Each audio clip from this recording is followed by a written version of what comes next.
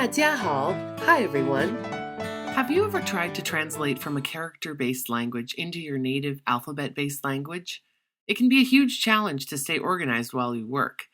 Little Crab Educational Press has a solution for that. Teach Myself Chinese Bilingual Boats translation books make sailing between your native and target language a breeze. First of all, what is a bilingual boat? We call these boats because they look like little rowboats. When I was taking Mandarin classes years ago, I would be working on a reading passage and would find myself making so many notes wherever I could find a blank space on the page, sometimes having to draw arrows from a character all the way over to the margins on the other side of the page just to find a space. I wished something like these existed to better organize my thoughts. While there are certain kinds of character handwriting sheets that give you space to write an English word or opinion in addition to each character, I just wasn't happy with them. So I created bilingual boats because these cover every aspect of diving into the handwriting, pronunciation, individual vocabulary meaning, and overall sentence translation of a reading passage at a much deeper level than those other sheets. I am so excited to share this tool with you.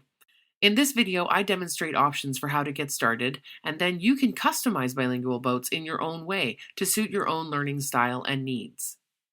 Who can use bilingual boats?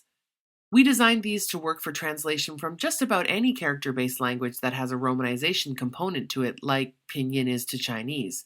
So if you're studying a Chinese language, Korean, Japanese, and so on, these books can work for you. Whether you are an advanced learner, intermediate, or a rank beginner, the bilingual boats can be used with as much or as little detail as you require when doing your reading and translation work. How do they work? Each section on a sheet of bilingual boats has 4 rows, A, B, C, and D. Starting in row A, transpose any passage you want to translate here by hand. This gives you a chance to practice handwriting the Chinese characters in the story, textbook, or article you are reading.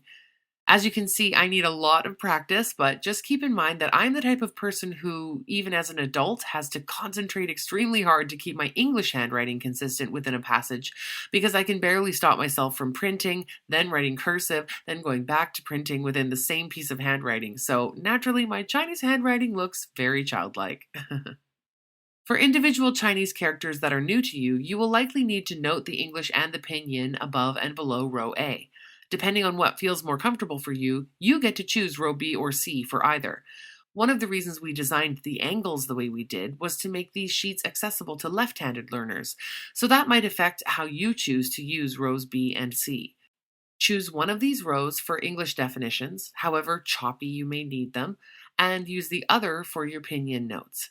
All that matters is that you do not mix pinyin and English in the same row.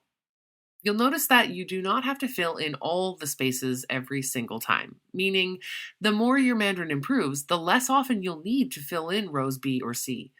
Here is an example of how a more advanced learner might use these. In this case, our imaginary learner needed the English definitions, the pinyin spelling, and the tones. But over here, she knew the English definition but needed the reminder of the pinyin and the tones.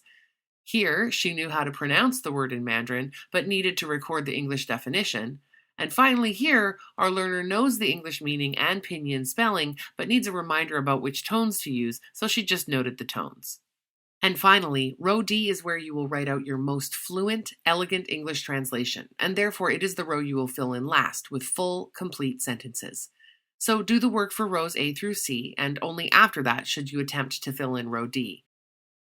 The results? You can see here that a beginner or an intermediate learner could fill in a ton of detail, fully utilizing each aspect of the bilingual boat template. We filled this in to the max just to exemplify how much detail a person could add to their sheets. But keep in mind that after a character shows up one time, you may not necessarily need to add all that detail the second time or the third time. The beauty of using these is that bilingual boats give you a concrete, visual example of what your brain needs in order to understand something you read.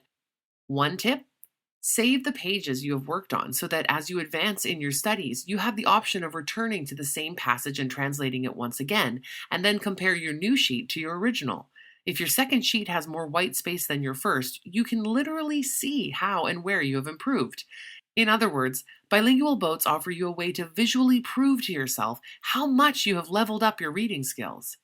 Each of our Teach Myself Chinese Bilingual Boats translation notebooks come with written instructions to remind you of how to maximize their benefits for your study needs, and 90 pages of blank bilingual boats. ready to set sail with you toward your language learning goals.